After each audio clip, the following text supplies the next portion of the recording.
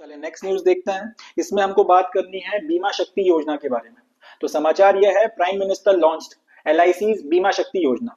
Life insurance corporation of India ने एक नई योजना की शुरुआत करी है जिसका नाम है बीमा शक्ति योजना, और प्रधानमंत्री मोदी ने इस योजना को लॉन्च किया। इसका ऑब्जेक्टिव क्या है?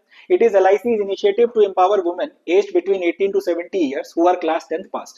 यानी कि ऐसी महिलाएं जिनकी उम्र 18 से 70 साल के बीच में है और जिन्होंने कम से कम क्लास 10th पास कर रखा है, इस तरीके की महिलाओं के एम्पावरमेंट के लिए LIC ये स्कीम लेकर आया है जिसका नाम है बीमा शक्ति योजना। अब इसमें करवाया क्या जाएगा, क्या क्या इसके सेलिएंट फीचर्स हैं? Under it 2 lakh women insurance agents will be appointed over next 3 years. तो आने वाले जो 3 साल हैं, 2024 से 25, 25 से 26, 26 से 27, इन 3 सालों में लगभग 2 लाख के करीब ऐसी महिलाएं जिनकी उम्र 18 से 70 साल के बीच में है और जिन्होंने कम से कम 10th पास कर रखी है, 10वीं से ज्यादा भी पढ़ी हुई है तो वेल एंड गुड है, बट कम से कम अगर 10th पास कर रखी है, इस तरीके की लगभग 2 लाख महिलाओं को आने वाले 3 साल में इंश्योरेंस एजेंट्स के तौर पर अपॉइंट किया जाएगा। इंश्योरेंस एजेंट्स कौन होते हैं? जो बीमा पॉलिसीज करवाने में आपकी मदद करते हैं। कई बार आपने भी देखा होगा, आपके पेरेंट्स के पास में ऐसे लोग आते हैं जो आपको अगर कोई पॉलिसी आई है तो उसके बारे में बताते हैं, फिर कितना प्रीमियम भरना पड़ता है, क्या एडवांटेजेस होते हैं, फिर वो पॉलिसी कराने में भी आपकी मदद करते हैं। इस तरीके के जो एजेंट्स होते हैं इनको इंश्योरेंस एजेंट्स बोला जाता है। तो ये 18 से 70 साल की ऐसी के बीच की ऐसी महिलाएं जो कम से कम 10th पास हैं, इस तरीके की आने वाले 3 सालों में 2 लाख महिलाओं को ऐसे इंश्योरेंस एजेंट्स के तौर पर बीमा शक्ति योजना में अपॉइंट किया जाएगा। दीज वुमेन एजेंट्स बीमा शक्ति will receive training and stipend for first 3 years. अब ये जो महिला एजेंट्स होंगी इनको बोला जाएगा बीमा शक्ति, और इनको पहले 3 साल में, ये जो 3 साल है जिसमें अपॉइंटमेंट किया जा रहा है, इन 3 सालों में इनको ट्रेन किया जाएगा, इनका जो ये इंश्योरेंस एजेंट का काम होता है उसके लिए, एंड साथ ही साथ इनको स्टाइपेंड भी दिया जाएगा पहले 3 साल में।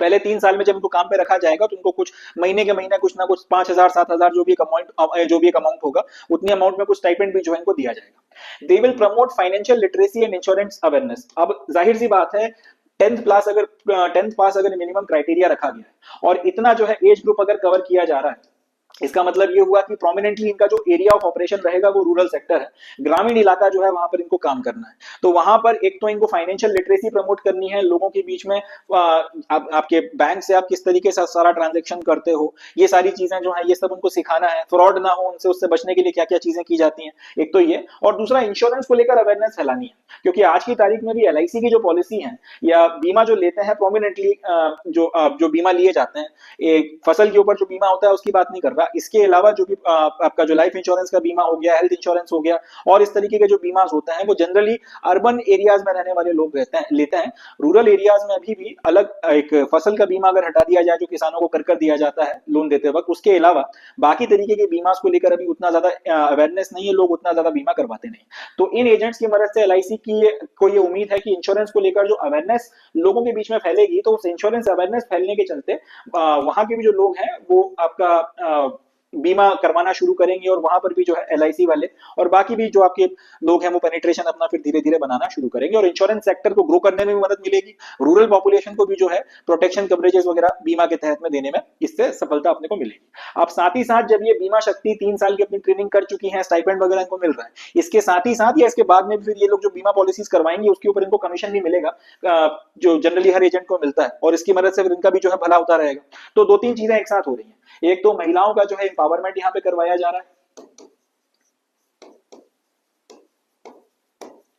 महिलाओं के एम्पावरमेंट के साथ में दूसरा, आप रूरल पॉपुलेशन को जो है वो टारगेट कर रहे हो कि उनको ये जीवन बीमा का जो आपका सेक्टर है इसके एम्बिट में लाया जा सके, एंड साथ ही साथ आप आपकी जो LIC है इसको रूरल एक्सपेंशन जो है वो देने की कोशिश में यहाँ पे लगे हो। तो सही चीज है, होप सो ये पॉलिसी चले, ये जो आपकी स्कीम है चले और इससे सबका भला हो, यही अपन कह सकते हैं। मगर ये स्कीम है और अपने को ध्यान में रखनी है। तो क्वेश्चंस यहाँ से क्या क्या बनेंगे? बीमा शक्ति योजना किसकी योजना है? LIC की योजना है।